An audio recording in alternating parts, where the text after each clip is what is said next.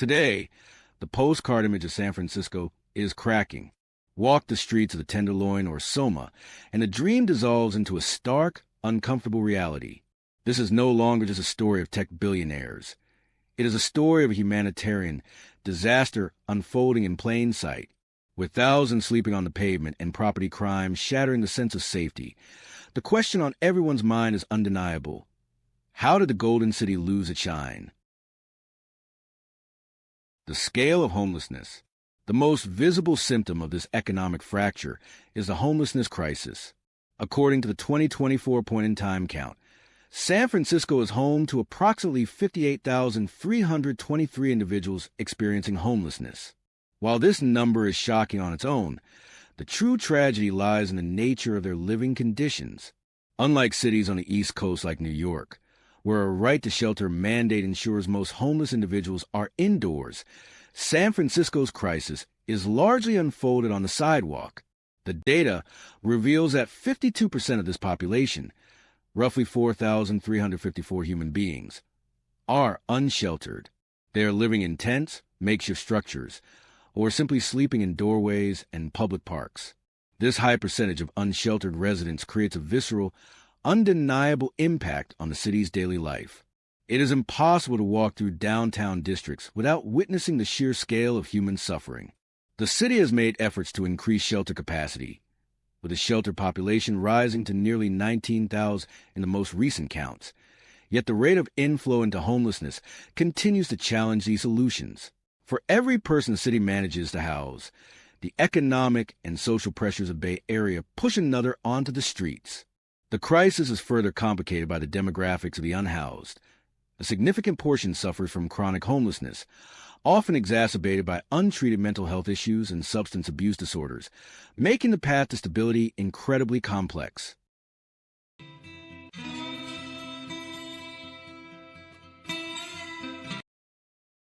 The shadow of crime.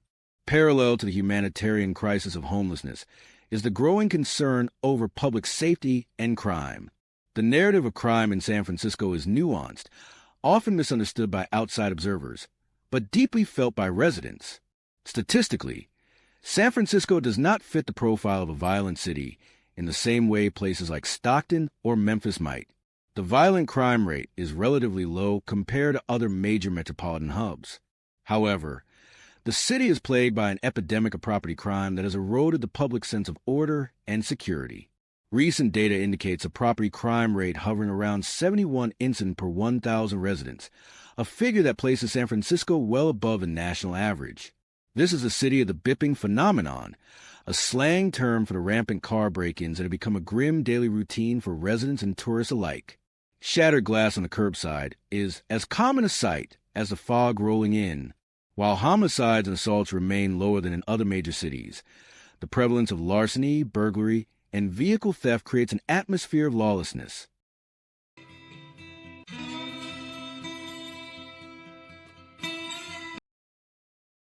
The paradox of prosperity. To understand the crisis gripping San Francisco, one must first confront the staggering economic paradox that defines the region. This is a city of immense, almost unfathomable wealth. Yet it is currently hosting a humanitarian emergency that rivals developing nations. The statistics paint a picture of a divided society. The median household income in San Francisco hovers around a staggering $140,000, one of the highest in the United States. It is a place where six-figure salaries are often considered middle class due to the exorbitant cost of living. Yet, beneath this canopy of affluence, a distinct and growing layer of poverty is festering. Despite the massive influx of capital from the tech sector, the poverty rate remains stubbornly significant, affecting roughly 10% of the population. But in San Francisco, the federal poverty line is a misleading metric. When the average rent for a one-bedroom apartment pushes past $3,000 a month, earning just above the poverty line does not guarantee survival. It guarantees struggle. This economic pressure cooker has created a unique demographic: the working homeless. These are individuals who contribute to the city's economy by day, but have nowhere to sleep by night, squeezed out by a housing market that has ceased to function for the common citizen. This widening chasm between the ultra-rich and the destitute is a foundational crack in the city's foundation. setting the stage for the visible crisis on the streets.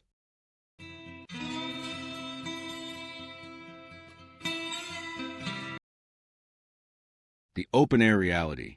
The intersection of homelessness and crime in San Francisco is perhaps most vividly illustrated in neighborhoods like the Tenderloin. Here, the statistics transform into a grim reality.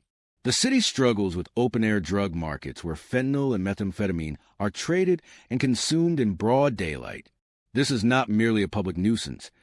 It is a public health catastrophe that feeds the cycle of poverty and homelessness. The visible despair on the streets acts as a deterrent to the tourism industry, which has historically been a pillar of San Francisco's economy. Conventions are canceling, businesses are shuttering, and foot traffic in the once bustling Union Square has dwindled. The data supports this economic anxiety. Vacancy rates in downtown office buildings have hit record highs, driven by the remote work revolution, but cemented by the deteriorating street conditions. When employees are afraid to walk from the BART station to their office due to erratic behavior from individuals in crisis or the threat of theft, the economic vitality of the city center collapses. It is a vicious cycle. As businesses leave, the tax base shrinks, reducing the resources available to the city to combat the very problems causing the exodus in the first place.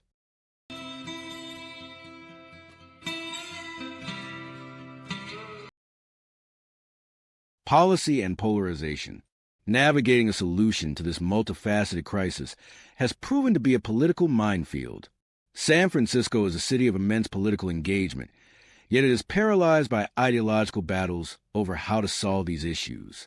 On one side, advocates argue for a housing-first approach, emphasizing that the root cause is the lack of affordable units, and that criminalizing homelessness only exacerbates the trauma. They point to the high cost of living and the systemic failures of the mental health care system as the true culprits. On the other side, frustrated residents and business owners demand stricter enforcement of laws, arguing that the city's permissive attitude toward drug use and street camping has enabled a culture of disorder. The city spends hundreds of millions of dollars annually on homelessness. Estimates suggest the city spends tens of thousands of dollars per homeless individual per year in services and supportive housing. Yet, the visual evidence on the street suggests that this investment is not yielding the desired results. This disconnect between spending and outcomes has led to a profound loss of trust in local government. Voters are increasingly skeptical of new bond measures or tax hikes, demanding accountability and visible progress before authorizing more funds. The debate has intensified recently, with aggressive sweeps of encampments becoming more common, a tactic that clears the sidewalks temporarily, but often simply displaces the population to a different neighborhood, resetting the cycle.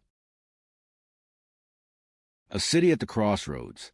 As San Francisco looks toward the future, it stands at a critical crossroads. The current trajectory is unsustainable. The city cannot maintain its status as a world-class destination and an economic powerhouse while its streets resemble a humanitarian disaster zone. The data is clear. The homeless population is vast and largely unsheltered. The poverty is deep and structural, and the crime rate, particularly property crime, is driving away the vitality of the city. However, San Francisco has a history of resilience. It has rebuilt from earthquakes and fires. It has reinvented itself from a gold rush town to a counterculture haven to a tech capital. The resources are there. The wealth, the intelligence, and the compassion exist within the city limits to solve these problems. But it will require a departure from the status quo. It will require a strategy that balances compassion with order, that builds housing at a wartime pace, and that refuses to accept the current street conditions as normal. Conclusion.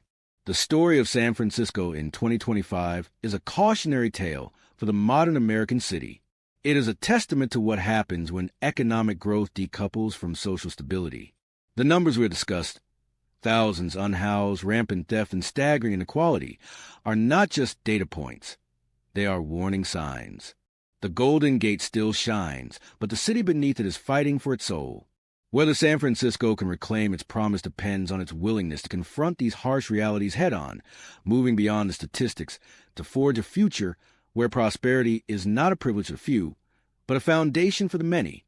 Until then, the crisis continues, a stark reminder of the work that remains to be done in the city by the bay.